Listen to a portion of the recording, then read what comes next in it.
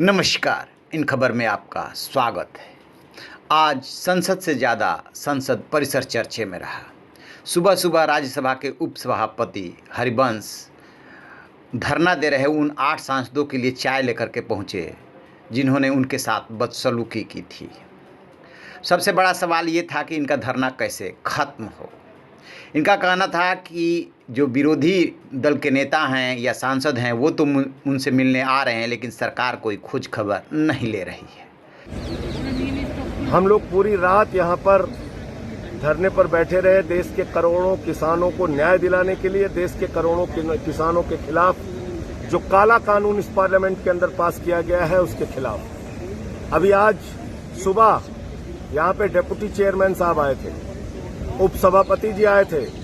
हमने उनसे भी कहा कि उस दिन नियम कानून को ताक पर रख के किसान विरोधी बिल देश की संसद में पास किया गया, जबकि बीजेपी के पास बहुमत नहीं था।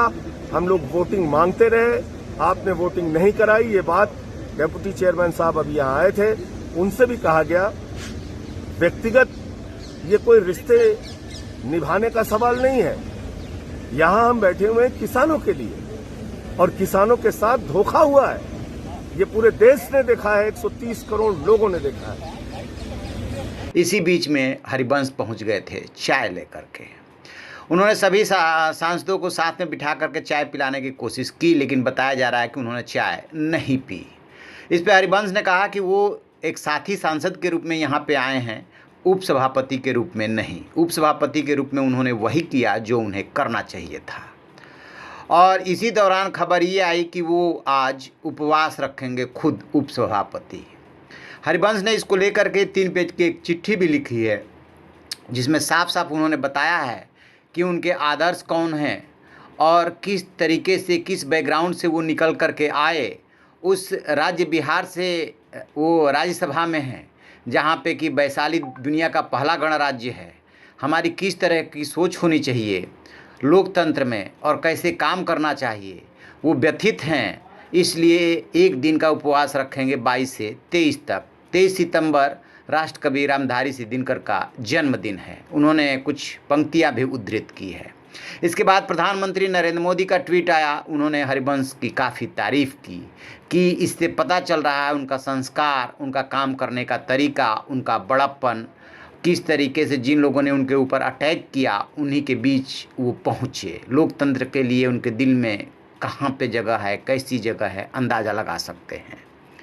अब खबर आ रही है कि सांसदों ने, मतलब विपक्ष ने ये फैसला किया है, 3 मांगें रखी हैं सरकार के पास, और उसमें उन्होंने ये कहा है कि एक विधेयक सरकार को ऐसा लाना चाहिए जिसमें ये गारंटी हो कि एमएसपी से नीचे फसल खरीद नहीं होगी। दूसरी मांग है कि स्वामीनाथन आयोग द्वारा अनुशंसित फार्मूला के तहत ही किया जाएगा, और एफसीआई जैसी सरकारी एजेंसियों को एमएसपी के नीचे की फसल नहीं खरीदनी चाहिए, और सांसदों का निलंबन वापस हो। जब तक नहीं होता है तब तक वो सदन का बहिष्कार करेंगे। सदन में बहुत कम दिन बचे हैं संसद सत्र चलने में। 1 अक्टूबर को इसका सत्रावसान होना है। इसी बीच विपक्ष की तरफ से ही ये प्रस्ताव आया था कि कोरोना का कहर है, लिहाजा सत्र को निर्धारित समय से पहले जो है समाप्त किया जाए। सरकार इसके लिए तैयार नहीं हो रही थी क्योंकि उसे विधायी कामकाज निपटाने थे। बहरहाल पूरे विपक्ष ने अब जो है राज्यसभा की कार्रवाई का बहिष्कार कर दिया है। अब देखते हैं कि इसके आगे सरकार क्या कदम उठाती है, क्योंकि राम गोपाल यादव जो सपा के नेता हैं, उन्होंने कहा कि मैं वरिष्ठ नेता हूं, मैंने माफ़ी भी मांगी जो कुछ भी हुआ सदन में, लेकिन सरकार ने हमारी बात पे कोई ध्यान नहीं दिया और चेयर की तरफ से भी कुछ पॉजिटिव रिस्पांस नहीं मिला। मैं बड़ा दुखी और व्यथित हूँ।